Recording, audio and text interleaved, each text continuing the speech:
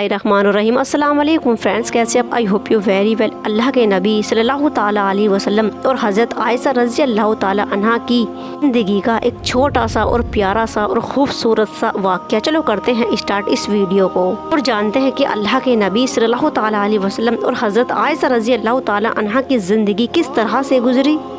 हज़रत आयशा रज़ी अल्लाह ताला अन्हा और अल्लाह के नबी सल्लल्लाहु ताला अलैहि वसल्लम की ज़िंदगी में सवाल के महीने में आई और आपकी रुखसती भी सवाल के महीने में ही हुई थी। हज़रत उमर रज़ी अल्लाह ताला अन्हा फरमाते हैं कि उम्मुल मोमिनीन इसी बात को पसंद करती थीं कि आपके ख़ानदान वाले भी इसी महीने में निकाह कर कर अपने खाविंद के पास जाएं और हुज़ूर पाक सल्लल्लाहु ताला अलैहि वसल्लम ने आपके अलावा किसी भी कुंवारी औरत से शादी नहीं फरमाई थी और हुज़ूर पाक सल्लल्लाहु ताला अलैहि वसल्लम ने अपनी सारी बीवियों में सबसे ज़्यादा मोहब्बत हज़रत आयशा रज़ी अल्लाह ताला अन्हा से की थी।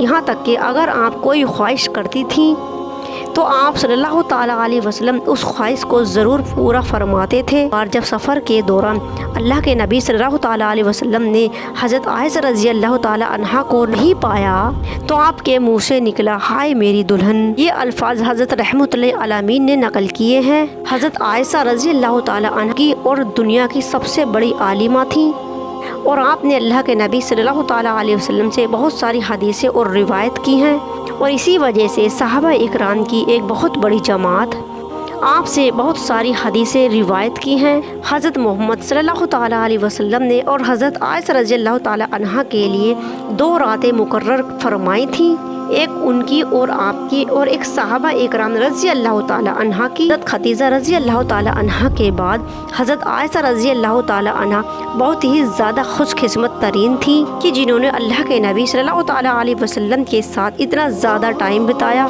कि कभी भी आपको तन्हा महसूस नहीं होने दिया। हज़रत आयशा रज़ी अल्लाह ताला अन्हा के साथ अल्लाह के नबी सल्लल्लाहु ताला अलैहि वसल्लम ने अपनी ज़िंदगी के 8 साल और 5 महीने गुजारे और इतने बड़े अरसे में भी आपके यहाँ कोई औलाद नहीं हुई थी। और जब अल्लाह के नबी सल्लल्लाहु ताला अलैहि वसल्लम के सहाबज़ादे हज़रत इब्राहीम अलैहिस्सलाम की हज़रत मरियम के बदन ए अक़सद से पैदाइश हुई, हुज़ूर पाक की तमाम बीबियाँ रस खाने लगीं और उन सभी को ये बात बुरी गुजरी। हज़रत जाफ़र रज़ी अल्लाह ताला अन्हा से रिवायत है कि फिर हज़रत मोहम्मद सल्लल्लाहु ताला अलैहि वसल्लम हज़रत मरियम के पास ना गए क्योंकि बाकी बीवियों को हज़रत मरियम के पास जाने से उनके ऊपर बुरी गुजरती थी, लेकिन इन सब में सबसे ज़्यादा रस्क हज़रत आयशा को था क्योंकि उनके पास कोई भी औलाद ना थी और उनको औलाद की बहुत ख्वाहिश थी।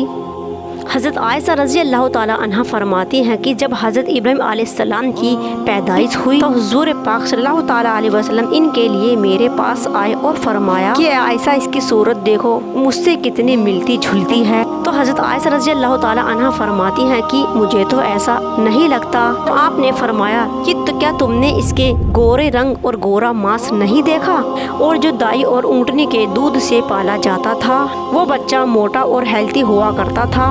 और एक रिवायत में आता है कि जिस बच्चे को भेड़ का दूध पिलाया जाए वो बच्चा गोरा और हेल्थी हो जाता है क्योंकि। और ये आपने क्यों फरमाया? एक बार हुज़ूर पाक सल्लल्लाहु ताला अलैहि वसल्लम हज़रत इब्राहीम अलैहिस्सलाम के पास चंद भेड़ बकरियां लेकर गए और एक ख़ास ऊँटनी का दूध भी उनके लिए ही था ताकि इनकी वालिदा का भी जिस्म अच्छा रहे। रज़ी अल्लाह ताला अन्हा के पास अब्दुल्ला थे। हज़रत अब्दुल्ला आपकी सगी औलाद नहीं थी बल्कि आपके भांजे थे जो कि हज़रत इब्ने दुवैरिया रज़ी अल्लाह ताला अन्हा के हैं। और जब इनकी विलादत हुई तो अल्लाह के नबी सल्लल्लाहु ताला अलैहि वसल्लम ने फरमाया कि ये अब्दुल्ला है और तुम इब्ने अब्दुल्ला हो। हज़रत आयशा रज़ी अल्लाह ताला अन्हा फरमाती हैं कि उस दिन से मैं इब्ने अब्दुल्ला ही रही और जबकि मेरी कोई औलाद नहीं थी।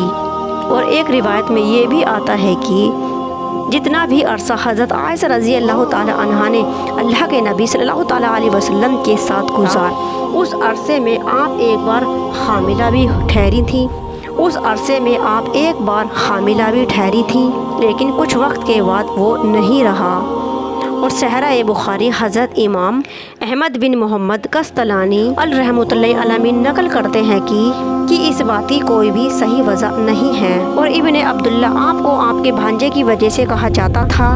ایک بار آپ نے اللہ کے نبی صلی اللہ تعالیٰ علیہ وسلم سے عرض کیا کہ سبھی خواتین نے اپنی اولاد پر اپنا حق کر لیا ہے، میں کس کے اوپر اپنا حق رکھوں؟ میری تو کوئی اولاد ہی نہیں ہے۔ آپ نے فرمایا کہ تم اپنا حق اپنے بھانجے عبداللہ پر رکھو، جو کہ تمہاری بہن اسما بنت ابو بکر ہے اور عبداللہ ابن عوام کے بیٹے ہیں۔ تبھی سے آپ کا عبداللہ ابن عائشہ کے نام سے پکارا جانے لگا۔ حضرت عائشہ اور رضی اللہ تعالی عنہا اور آپ صلی اللہ تعالیٰ علیہ وسلم کی پیاری زندگی کی پیاری باتیں۔ اگر ویڈیو پسند آئی ہو تو پلیز لائک کرنا، کامنٹس کرنا، شیئر کرنا اور چینل کو کرنا subscribe. Thank you for watching. Allah حافظ۔